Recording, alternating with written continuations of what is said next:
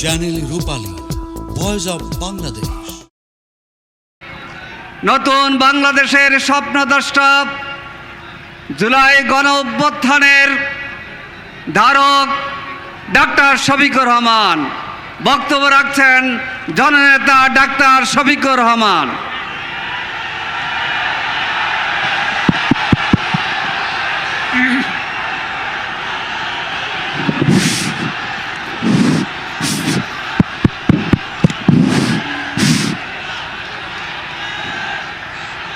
লিল্লাহি তাকবীর, লিল্লাহি তাকবীর। আসসালামু আলাইকুম ওয়া রাহমাতুল্লাহ। কেমন আছেন আপনারা সবাই? আপনারা বক্তৃতা শুনতে আসছেন? তা আমি তো আজকে বক্তৃতা দেব না। ঐতিহ্যবাহী জেলা টাঙ্গাইলের আজকের এই নির্বাচনী জনসভা, 11 দলীয় নির্বাচনী ঐক্যবদ্ধ বাংলাদেশের পক্ষ থেকে এই জনসভার সম্মানিত সভাপতি, সভামঞ্চে বসা বাংলাদেশ জামাতে ইসলামী সহ 11 দলের কেন্দ্রীয় এবং স্থানীয় নেতৃবৃন্দ, শহীদ পরিবারের গর্বিত সদস্যবৃন্দ, জুলাই যোদ্ধাবৃন্দ, টাঙ্গাইলের আপামর জনতা মা এবং বোনেরা, টাঙ্গাইলবাসী ভাইয়েরা, সাংবাদিক বন্ধুগণ, আপনারা হয়তো অনেকেই জেনেছেন ইতিমধ্যে আজ সন্ধ্যা 6:30টায় বাংলাদেশ জামাতে ইসলামী আগামীর বাংলাদেশ কিভাবে গড়তে চায় সেই ইশতেহারটি ইনশাআল্লাহ প্রকাশ পাবে। আমাকে সেখানে যেন আল্লাহ তাআলা যথাসময়ে হাজির হওয়ার তৌফিক দান করেন। ইতিমধ্যে কুড়িগ্রাম, লালমনিরহাট, তারপরে নীলফামারী সেরে আমরা এখানে এসে হাজির হয়েছি। বাকি সময়টা আল্লাহ তাআলার সাহায্য চাই। জাতির প্রয়োজনে, মানবতার প্রয়োজনে, দিনের প্রয়োজনে আল্লাহ যেন আমাদের রাস্তা সহজ করে দেন এবং নিরাপদ করে দেন। নির্বাচনের আর মাত্র হাতে গোনা 60টি দিন বাকি আছে। এই নির্বাচন অতীতের কোনো নির্বাচন নয়, এটি নতুন বাংলাদেশ গড়ার নির্বাচন। প্রায় 1,500-এর মতো জীবনের বিনিময়ে 34,000-এর ঊর্ধ্বে জুলাই যোদ্ধাদের রক্ত, আহত এবং পঙ্গুত্ব বরণের বিনিময়ে আজকের এই নির্বাচন। 54 বছর নির্বাচন হয়েছে, সরকার গঠন হয়েছে। যারা সরকারে এসেছেন, আসার আগে তারা জনগণকে সুন্দর সুন্দর কথা শুনিয়েছেন, ওয়াদা দিয়েছেন, কিন্তু ওয়াদার জায়গায় রয়ে গেছে, ওয়াদা তারা বাস্তবায়ন করেননি। যার কারণে সমাজে বৈষম্য দেখা দিয়েছিল, অপরাধ চরম মাত্রা ধারণ করেছিল, দুর্নীতি গোটা সমাজকে একদম ডুবিয়ে দিয়েছিল। এর বিরুদ্ধে আমাদের যুব সমাজ ফুঁসে উঠেছিল একটা মাত্র স্লোগান, উই ওয়ান্ট জাস্টিস। আমরা ন্যায় বিচার চাই, আমার বাঁচার জন্য অধিকার চাই, শিশুর জন্য শিক্ষা চাই, যুবকের যুবতীর জন্য কাজ চাই, মা বোনদের জন্য নিরাপত্তা চাই, ব্যবসায়ের জন্য নির্ভেজালভাবে শান্তিতে নিরাপদে ব্যবসা করার পরিবেশ চাই, কৃষকের জন্য জমিতে নিরাপদে উন্নত মানের ফসল ফলানোর সরঞ্জাম চাই, শ্রমিকের জন্য তার শ্রমের ন্যায্য বিনিময় চাই, কর্ম পরিবেশ চাই।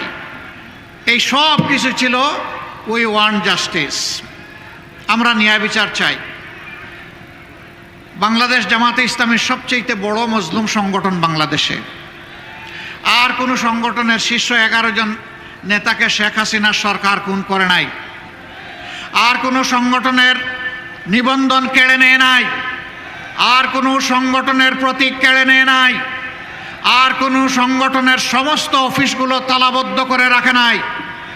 আর কোনো সংগঠনের নেতৃবৃন্দের বাড়িঘর বোলডোজার দিয়ে ভেঙে দেওয়া হয় নাই। আর কোনো সংগঠনকে শেষ পর্যন্ত নিষিদ্ধ ঘোষণা করা হয় নাই। এটা একমাত্র সংগঠন বাংলাদেশ জামাত ইসলামী। তবে আমরা বিশ্বাস করি যারা সরকারের বাইরে বিরোধী দল আমরা ছিলাম সকলেই মজলুম ছিলেন। শুধু বিরোধী দলীয় নেতাকর্মীরা মজলুম ছিলেন না, এদেশের 18 কোটি মানুষ মজলুম ছিল। আলিম ওলামা মজলুম ছিলেন, ছাত্র জনতা মজলুম ছিল, সাংবাদিক বন্ধুরা মজলুম ছিল, সুশীল সমাজের সদস্যরা মজলুম ছিল, ব্যবসায়ীরা মজলুম ছিল, কৃষক শ্রমিক সকলেই মজলুম ছিল। আগস্টের 5 তারিখ যখন আল্লাহ তাআলা সাময়িক মুক্তির ব্যবস্থা করে দিলেন, সেই মজলুম সংগঠন জামাতে ইসলামী উচ্ছ্বাস প্রকাশ করার জন্য মিছিল বের করে নাই, নির্বাচন দাবি করে নাই, কারো কাছ থেকে প্রতিশোধ নেওয়ার ঘোষণা দেয় নাই, হাজার হাজার মামলা বাণিজ্য করে মানুষকে হয়রানি করার সিদ্ধান্ত নেয় নাই, বরঞ্চ আল্লাহ তাআলার শুকরিয়া আদায় করার জন্য সিজদায় পড়েছে যে আল্লাহ তাআলা জগদ্দল পাথর আর ফ্যাসিজমের হাত থেকে বাংলাদেশকে মুক্ত করে দিয়েছেন। আলহামদুলিল্লাহ। আমরা সে রাতেই ঘোষণা করেছিলাম কারো উপর থেকে আমরা প্রতিশোধ নেব না। এই জাতির সাক্ষী 18 কোটি মানুষ সাক্ষী, একটা মানুষের উপর থেকে আমরা প্রতিশোধ নেই নাই। আমরা বলেছিলাম আমাদের কর্মীরা, সহকর্মীরা আর্থিকভাবে দারুণ ক্ষতিগ্রস্ত হয়েছেন, কিন্তু তাই বলে হারাম পথ আমাদের কর্মীদের উপার্জনের রাস্তা নয়, আমরা চাঁদাবাজি করব না।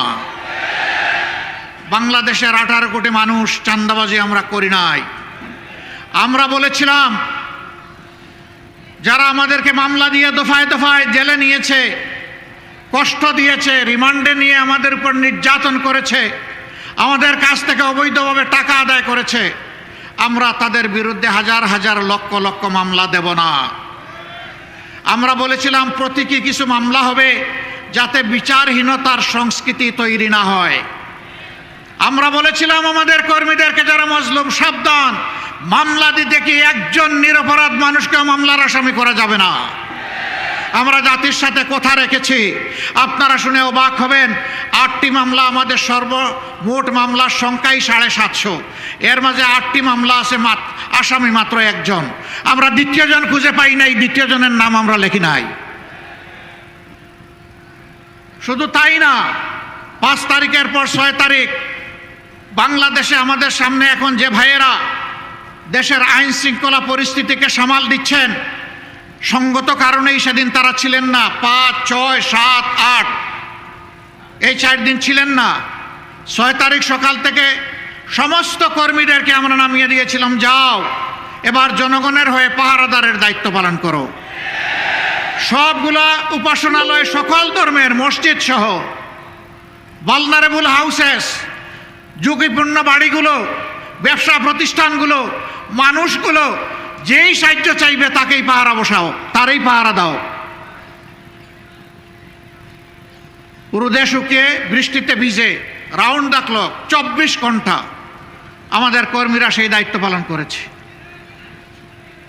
এরপরে শহীদ পরিবারের পাশে দাঁড়ানোর চেষ্টা করেছে, আহত পঙ্গুদের পাশে দাঁড়িয়েছে, বন্যা এসেছে, ঝাঁপায় পড়েছে। আমরা সিজনাল পলিটিশিয়ান না, আমরা বসন্তের কুকিল না, যে যখন নির্বাচন আসবে তখন এসে নূতন রং ধারণ করে সুন্দর সুন্দর কথা নিয়ে আমরা হাজির হব না। আমরা তাই না। আপনারা সাক্ষী, 15.5 বছর আমাদের উপরে এত জুলুম হওয়ার পরেও আমরা একদিনের জন্য জনগণকে ছেড়ে কোথাও আমরা যাইনি। এই মাটি কামড় দিয়ে আমরা ছিলাম। আল্লাহ আমাদেরকে এখানে রেখেছিলেন। দফায় দফায় জেলে গিয়েছি, ঘর বাড়ি ছাড়া হয়েছি, অফিসে ঢুকতে পারি নাই, কিন্তু বাংলাদেশে ছিলাম। আলহামদুলিল্লাহ, এখনো আল্লাহ রেখেছেন। ইনশাআল্লাহ ভবিষ্যতে সুদিন দুর্দিন কি আসবে আল্লাহ ভালো জানেন। কথা দিচ্ছি, বাংলাদেশ ছেড়ে কোথাও যাব না ইনশাআল্লাহ। আছি, থাকবো, আপনাদের সুখেও থাকবো, ইনশাআল্লাহ দুঃখেও থাকবো। আমরা এখন একটি মানবিক বাংলাদেশ গড়ার স্বপ্ন দেখছি। এই স্বপ্ন কার? এটা আমার না, এটা জুলাই আন্দোলনের যোদ্ধাদের। তারা যে দেশটা দেখতে চেয়েছিল, আমরা সেই দেশটা গড়ার জন্য শপথ নিয়েছি। আপনারা আমাদের সাথে ইনশাল্লাহ থাকবেন ইনশাল্লাহ? আলহামদুলিল্লাহ। তাইলে 12 তারিখের টার্নিং পয়েন্টে জাতির বাক বদলে দেওয়ার জায়গায় ঐতিহাসিক দায়িত্ব আমাদেরকে পালন করতে হবে ইনশাআল্লাহ। জুলাইয়ের যুবকেরা, তোমাদের কি শক্তি নিঃশেষ হয়ে গিয়েছে? এখনো সজাগ আছো? বুকে বল আছে? ইনশাআল্লাহ তাআলা লাজিম একটা সুষ্ঠু নির্বাচন এই জাতি আগামী 12 তারিখ আদায় করে ছাড়বে ইনশাআল্লাহ। আমি বিভিন্ন জায়গায় শুনতে পাচ্ছি যারা আমাদের মতো মজলুম ছিলেন 15.5 বছর, তারা এখন ভিন্ন ভূমিকায় অবতীর্ণ হয়েছেন, মানুষকে কষ্ট দিচ্ছেন, চাঁদাবাজি করছেন, দুর্নীতি করছেন, মামলা বাণিজ্য, দখল বাণিজ্য করছেন। শুধু তাই না, এখন নির্বাচন সামনে রেখে সম্ভাব্য নির্বাচনী এজেন্টদেরকে ঘরে ঘরে গিয়ে নাকি তারা হুমকি দিচ্ছেন। ভুলে যান, সেদিনের কবর রচনা হয়ে গেছে। আমার ভোট আমি দিব, তোমারটাও আমি দিব, এই দিন এখন আর নাই। আপনার ভোট আপনি দিবেন, আমারটা আমি দেব ইনশাআল্লাহ। আপনার পছন্দ মতো আপনার ভোট দেন, 18 কোটি মানুষ তাদের পছন্দ মতো তাদের ভোট দেবে। এখানে আবার গায়ের শক্তি, কালো টাকা, ইঞ্জিনিয়ারিং এবং ম্যানুভারিং কিছুই মানা হবে না। যেই যুবকরা খালি হাতে বুক ছিটিয়ে মুক্তি আনতে পেরেছে, সেই যুবকরা 12 তারিখও বিজয় লাভ করবে ইনশাআল্লাহ। আমাদের দুটো বুট, যুবকরা, যুব সমাজ, তোমরা আমাদের কাছে সেদিন মিছিল করে কারো কাছেই তোমরা বলনি আমাদেরকে আগামীতে বেকার ভাতা দিতে হবে। কোনো যুবক বলেছিল? আমাদের যুবকরা কারো বেকার ভাতা চায় না। এই যুবকরা অধিকারের জন্য, কাজের অধিকারের জন্য লড়াই করেছিল। আমরা কথা দিচ্ছি তোমাদের হাতকে শিক্ষার প্রশিক্ষণ দিয়ে ভরে দেবো ইনশাআল্লাহ। তারপরে তোমাদের মজবুত হাতে কাজগুলা তুলে দেবো ইনশাআল্লাহ। এরপরে বলবো আমাদের বাংলাদেশটা তোমরা গড়ে দাও। আমরা আগামীর বাংলাদেশ তোমাদের হাতে উপহার দিতে চাই। যুবকরা তৈরি আছেন? হাত তুলুন। মাশাআল্লাহ, আবাল বৃদ্ধ বনিতা সবাই যুবক। ইয়েস, তাইলে আমিও যুবক ইনশাআল্লাহ। যৌবনের প্রত্যাশার বাংলাদেশ, আগামী 15 তারিখ আমরা নতুন সূর্য পাবো ইনশাআল্লাহ। মা বোনরা বড় ঋণী করেছেন। জুলাইয়ের 15 তারিখ আমাদের মেয়েদের গায়ে ঢাকা বিশ্ববিদ্যালয়ে যখন হাত দেওয়া হয়, সারা বাংলাদেশে আগুন জ্বলে উঠেছিল। আমরা মায়েদের কাছে ঋণী। 16 তারিখ আবু সাইদ চিৎকার দিয়েছে উত্তরবঙ্গে দাঁড়িয়ে, আমার অধিকার আমাকে দে, না হয় আমাকে একটা গুলি দে। সে বলেছিল বুকের ভিতরে তুমুল ঝড়, বুক পেতেছি গুলি কর। জাতির জন্য বুকে গুলি লুফে নিয়েছে, পিঠে নেয় নাই, কারণ সে বীর সন্তান। বন্ধুগণ, সেদিন অনেকে বাধ্য হয়ে স্বৈর শাসকের হুকুম পালন করতে তারা বাধ্য হয়েছিলেন। আমরা জাতিকে নিয়ে পিছনে যেতে চাই না, আমরা জাতিকে নিয়ে সামনে যেতে চাই। আমরা এমন একটি বাংলাদেশ চাই যে বাংলাদেশে শিশুটি উপযুক্ত শিক্ষা পাবে, উপযুক্ত নাগরিক হিসাবে সুস্থ হয়ে বড় হওয়ার জন্য স্বাস্থ্যসেবা পাবে, নিরাপদ রাস্তা পাবে, নিরাপদ শিক্ষা প্রতিষ্ঠান পাবে। এরপরে যখন বড় হবে হাতের মধ্যে কাজ পাবে। এরপরে যখন আরো বড় হবে দেশটাকে গড়ে দেবে। আমরা সেই বাংলাদেশটা চাই যেই বাংলাদেশে আমার মা, আমার বোন, আমার মেয়ের শতভাগ নিরাপত্তা এবং মর্যাদা নিশ্চিত হবে ইনশাআল্লাহ। এটা গড়ে, রাস্তায়, কর্মস্থলে, যেখানেই হোক সব জায়গায় একই হবে।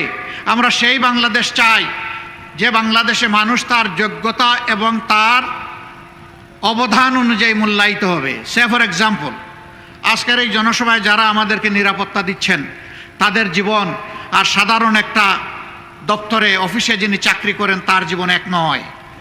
সেনাবাহিনী এবং আধা সামরিক বাহিনীতে যারা সদস্য হিসাবে নাম অন্তর্ভুক্ত করেন, প্রথম দিনই তারা নিয়ত করেন, আল্লাহর নামে শপথ করেন যে আমার দেশের প্রতি ইঞ্চি মাটি হেফাজত করার জন্য জীবন দিব, কিন্তু মাটি কাউকে দেব না। তাদের জীবন আর আমার জীবন এক নয়। র্যাব, পুলিশ এরকম যারা আছেন শৃঙ্খলা বাহিনীতে, তাদের রাত নেই, দিন নেই, কখন কোথা থেকে কোন ডাক আসে তার কোনো ঠিকানা নেই। তার বেতন আর আমার বেতন এক হওয়া উচিত নয়। সবাইকে সমান দেওয়ার নাম ন্যায় বিচার নয়। যার যেটা ন্যায্য পাওনা থাকে সেটাই দিতে হবে, এর নাম ন্যায় বিচার। আমি আমার রাষ্ট্রের কর্মকর্তা কর্মচারীদেরকে সম্মানের সাথে বাঁচার, জীবন ধারণ করার ব্যবস্থা করে দেব না, আর সে অপরাধ করলে তাকে শাস্তির আওতায় আনবো, সরকারের কোনো অধিকার নেই। আগে তাকে তার অধিকার দিতে হবে, যাতে সে মন খুলে, মন উজাড় করে রাষ্ট্রকে সেবা করতে পারে। তারপরে যদি কেউ অপরাধ করে অবশ্যই শাস্তি তার পাওয়া উচিত, কিন্তু এর আগে নয়। এমনকি একজন চোর চুরি করার পরেও সাথে সাথে তাকে শাস্তি দেওয়া যাবে না। আগে দেখতে হবে পেটের ভিতরে আগুন জ্বলছে কিনা। যদি আগুন জ্বলে, ক্ষুধার জ্বালায়, আগে আগুন নেভানোর দায়িত্ব হচ্ছে সরকারের। ওই আগুন নেভানোর পরেও যদি লোভের বশবর্তী হয়ে চুরি করে, তখন তার শাস্তি হবে, তার আগে নয়। আমরা সেই সরকার চাই, সেই বাংলাদেশ চাই, যেই বাংলাদেশে আইন হবে সবার জন্য সমান। যে দেশে একজন সাধারণ মানুষ অপরাধ করলে নির্দিষ্ট অপরাধের জন্য তার যে নির্দিষ্ট শাস্তি হবে, দেশের প্রেসিডেন্ট, প্রধানমন্ত্রী একই অপরাধ করলে তাদেরকেও ছাড় দিয়ে কথা বলা হবে না। একই বিচারের মুখোমুখি হতে হবে। বিচারের নামে কোনো ইম্পিউনিটি নাই, দায় মুক্তি নাই। এ বিচার মেনে নিতে হবে। এই সামাজিক ন্যায় বিচার যখন কায়েম হবে, বাংলাদেশ ইনশাআল্লাহ রকেট গতিতে সামনের দিকে এগিয়ে যাবে। আপনাদের সকলকে ধন্যবাদ। দুটি ভোট আজকে আপনাদের কাছে চাই। জুলাইয়ের যোদ্ধাদেরকে সম্মান করার জন্য, তাদের আকাঙ্ক্ষা বাস্তবায়নের জন্য গণভোট। গণভোটে কি বলবেন আপনারা? হ্যাঁ মানে আজাদি, না মানে গুলামি। আজাদি না গুলামি? আজাদি না গুলামি? ইনশাআল্লাহ সারা টাঙ্গাইল বাসীকে নিয়েই আমরা হা ভোট দেব এবং হায়ের বিজয় হবে ইনশাআল্লাহ। এর পরের ভোটটি ওই আকাঙ্ক্ষা বাস্তবায়নে যারা নিরলস কাজ করবে, দায়িত্বশীলতার সাথে, সততার সাথে, আল্লাহকে ভয় করে, প্রত্যেকটি নাগরিককে সম্মান এবং ভালোবেসে সেই সরকারটা আমরা গড়ে তুলে দিতে বদ্ধপরিকর। এই জন্যে 11টা দল আমরা নিজ নিজ মার্কা নিয়ে সব জায়গায় নির্বাচনে অবতীর্ণ হয়েছি। তবে এক জায়গায় 2 মার্কা নয়, একটা। যে মার্কা থাকবে বাকি 10 দল তার পাশে দাঁড়িয়ে যাবে ইনশাল্লাহ জনগণকে নিয়ে।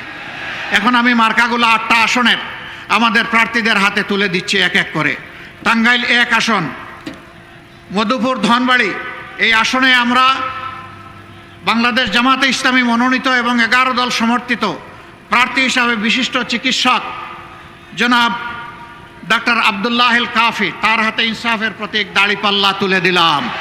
ভাই শক্ত করে ধরো, জাতির ভার বহন করতে হবে আরো শক্ত। দোয়া করবেন, শেষমেশ একটা স্লোগান সবাইকে নিয়ে দিব ইনশাআল্লাহ। তারপরে টাঙ্গাইল 2, গোপালপুর, ভুয়াপুর, জায়গাটা ভুইয়াপুর না? হ্যাঁ, গোপালপুর এবং ভুইয়াপুর, এই আসনে আমরা ইনসাফের প্রতীক দাড়িপাল্লা তুলে দিচ্ছি বাংলাদেশ জামাতে ইসলামীর জেলা সেক্রেটারি টাঙ্গাইলের জনাব হুমায়ুন কবির। জনাব হুমায়ুন কবির, শক্ত করে ধরেন, আরো শক্ত ইনশাআল্লাহ। এরপরে স্লোগান হবে ইনশাআল্লাহ, তৈরি হন। তারপরে টাঙ্গাইল 3, ঘাটাইল, সাইফুল্লাহ হায়দার এনসিপি, তিনি ঢাকা বিভাগীয় সাংগঠনিক সম্পাদক এনসিপির। এটা কি? এটা কি? আমরা শাপলাকলি তার হাতে তুলে দিলাম, স্লোগান একসাথে হবে ইনশাআল্লাহ। তারপরে কালিয়াতি, টাঙ্গাইল 4, অধ্যাপক খন্দকার আব্দুর রাজ্জাক, আলহামদুলিল্লাহ, তার হাতে আমরা ইনসাফের প্রতীক দাড়িপাল্লা তুলে দিলাম, জেলা নায়েবে আমির। এরপরে সদর আসন, টাঙ্গাইল 5, জেলা আমির আহসান হাবিব মাসুদ, আলহামদুলিল্লাহ, ইনসাফের প্রতীক শক্ত করে ধরতে হবে ইনশাআল্লাহ। এরপরে টাঙ্গাইল 6, নাগরপুর, দেলদুয়ার, ডাক্তার AK আব্দুল হামিদ, মাশাল্লাহ, আমরা তার হাতে ইনসাফের প্রতীক দাড়িপাল্লা তুলে দিলাম।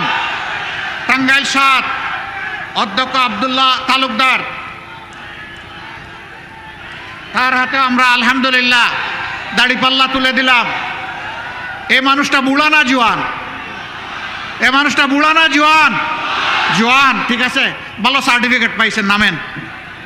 এরপরে বাসাইল সখীপুর টাঙ্গাইল ৮ মৌলানা শফিকুল ইসলাম খান, মাশাল্লাহ, ধরেন, শক্ত করে ধরেন, আলহামদুলিল্লাহ। ভাই মার্কা আছে? কোন সে মার্কা? জুড়ে সুরে শাপলাকলি, আরে শাপলাকলি, এইটাও বলতে হবে। ইনশাআল্লাহ 12 তারিখ সারাদিন সকাল সন্ধ্যা বিজয় হবে, বিজয়মালা ইনশাআল্লাহ। মাশাআল্লাহ, আসুন আল্লাহর নামে স্লোগান দিয়ে বিদায় নেই। লিল্লাহি তাকবীর, লিল্লাহি তাকবীর, ইনকিলাব ইনকিলাব, জিন্দাবাদ জিন্দাবাদ, ইনকিলাব জিন্দাবাদ। আসসালামু আলাইকুম ওয়া রাহমাতুল্লাহ।